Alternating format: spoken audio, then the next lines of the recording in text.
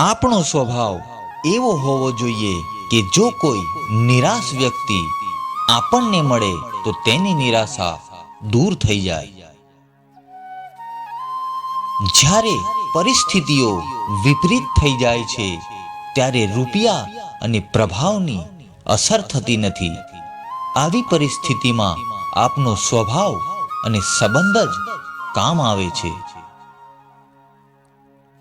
જે લોકો સાચા શુભચિંતક હોય છે તેઓ આપણી ખામીઓ પણ જણાવે છે, પરંતુ જે લોકો આપણા શુભચિંતક નથી તેઓ હંમેશા આપણી પ્રશંસા જ કરે છે.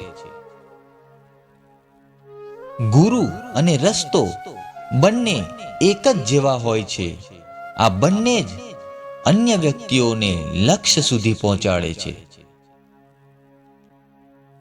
ગુસ્સો ખૂબ જ ખરાબ હોય છે, પરંતુ જ્યાં જરૂરત હોય ત્યાં જ ગુસ્સો કરવો જોઈએ.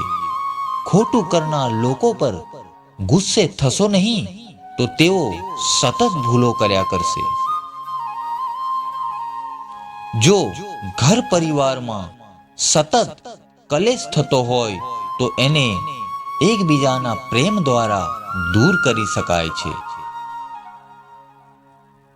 ધૈર્ય અને મહેનતથી એવી બધી જ વસ્તુઓ મળી શકે છે જે તાકાત અને ઉતાવળથી ક્યારેય મળી શકતી નથી.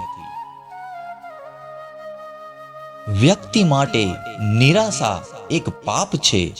નિરાશાને દૂર કરીને આશાવાદી બનવું જોઈએ. ત્યારે જ જીવનમાં સુખ શાંતિ મળી શકે છે. નકારાત્મકતાથી બચવું હોય તો આપણે આપણા વિચારને વર્તમાન પરિસ્થિતિ પ્રમાણે ઢાળવા જોઈએ.